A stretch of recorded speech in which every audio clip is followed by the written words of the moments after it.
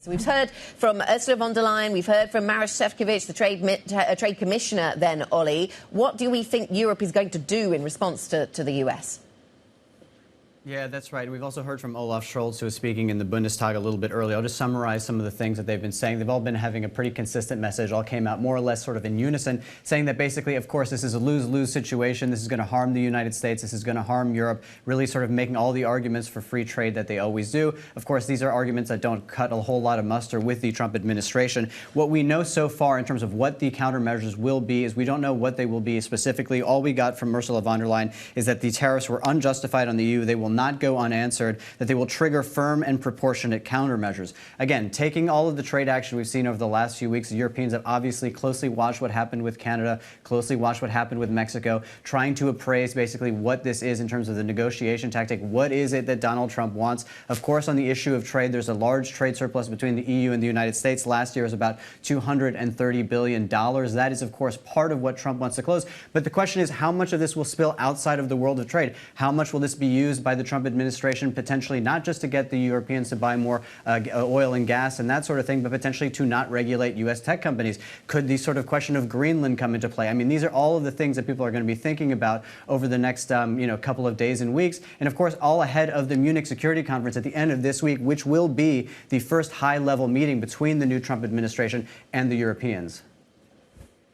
So, Ollie, what might the potential options be here in terms of countermeasures? I mean, I know we hear this word quite a bit, but the criticism of that is, does Europe even have any levers to play?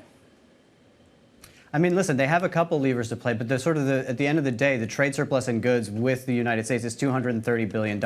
So that is the chip that the United States is playing with, and they know that, and that is the thing that they want to close. I mean, what we saw last time that this came around, the first Trump administration, there were countermeasures that sort of targeted motorcycles, Harley-Davidsons, jeans, bourbon, but that's not really the same sort of side of the scale. When you think also about sort of proportionally these tariffs, who is it going to hurt the most? You see you see the Bundestag there, you see the Germans. You look at the sort of steel exports to the United States. Germany is the 7th largest in terms of the steel exports that go to the United States. It's about $3 billion. So it's going to hurt the Germans most, obviously, in going into this election campaign. But again, there are other measures. I mean, there's also the question of services, for example. The U.S. runs a pretty large services surplus in terms of trade with the European Union. Could they find a way to target that? These are all going to be sort of in play. But again, I think at the end of the day, what they need is to hear what actually Trump wants and what they're willing to give.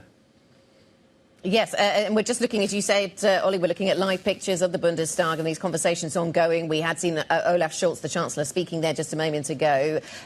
So we're hearing from these various German leaders. And that puts me in mind of the fact that we're very close to a German election, Oliver, and we're looking for European governments to respond strongly in the face of these tariffs from the United States. And we have a government in France and we have a Prime Minister installed and a budget, but we are working our way up towards big political events in Germany. Yeah, exactly. And a very sort of diminished, let's be honest, diminished France, diminished Germany. I mean, no matter what comes out of this election, unless there's a real shock on election day, you're going to have a sort of coalition that is going to be very sort of shaky potentially. And the number 2 party, of course, is a party that wants to withdraw Germany from the Eurozone, from the EU. And that is not the sort of rhetoric that we've heard from some of the other candidates. I mean, even Friedrich Merz, who did align himself on this one immigration policy with the AfD, was very explicit in the debate over the weekend that the only way to move forward for Germany is have more integration, or at least have a stronger consensus building at the European level, because at the end of the day, Germany, France, Italy, none of these countries can compete against the United States, against China. So there is a consciousness there. But at the same time, with all the sort of fragmentation within German politics, but also French politics, with some of these forces that want to sort of move in the opposite direction, I think it makes it a very sort of difficult needle to thread, particularly when you feel all this sort of economic insecurity as you do in Germany, particularly, again, with a 3rd year of contraction and potentially these tariffs looming is only going to be even more powerfully damaging